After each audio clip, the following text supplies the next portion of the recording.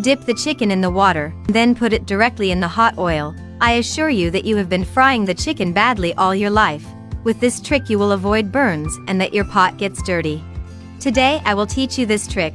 Here in a container I have 7 chicken thighs well washed and with the skin removed. You can do this trick with any part of the chicken or with fish. I'm going to spice them up by adding a teaspoon of salt, a teaspoon of garlic powder, a teaspoon of oregano, a pinch of black pepper, and the juice of a lemon, and I'm going to mix well, to season the chicken very well, although you can use the spices of your preference or the one you have at home. Guys, this trick with the chicken we are doing is very easy to make and is very crispy. I'm sure everyone will like the result. Now I will let the chicken marinate for 25 minutes, so that it is well seasoned.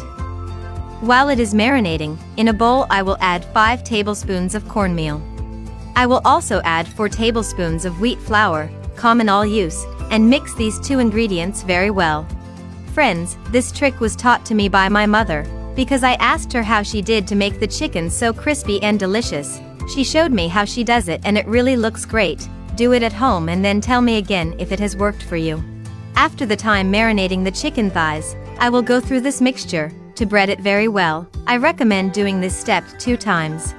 If you have come this far seeing today's recipe, that means that you are liking this recipe. So leave us here below the following message: I love chicken, to send you a very special greeting. Once well breaded, I'm going to dip it in a glass of water, and I'm quickly going to take it to the hot oil. It is important that the oil is very hot before adding it to frying, so the oil will not splash and the pan will not get dirty. As a sample and so that you can see that the oil does not splash, when passing the chicken through water, I will place my hand on top of the oil. Since this golden on one side, I'm going to turn it over so that it browns on the other side, and in this way our chicken has been very crispy and golden.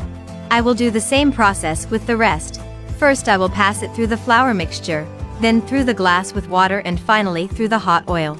At this moment I would like to know, from which country or city you look at us, to send you a special greeting in the next recipe. The greeting in today's recipe is for Glenda Osierto from Philippines, also for Jisha Thomas from India, and Esther Philip from Nigeria.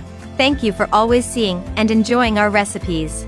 And now our fried chicken is ready. Look at how golden and crispy they have been, but I would like you to rate this recipe from 0 to 10 to know if you liked the result. Thank you for watching this recipe until the end. I hope you liked the result. Tell me if it's the first time you see one of my recipes. And if so, don't forget to subscribe on YouTube as Cheunoe and activate the bell so you can always receive our recipes.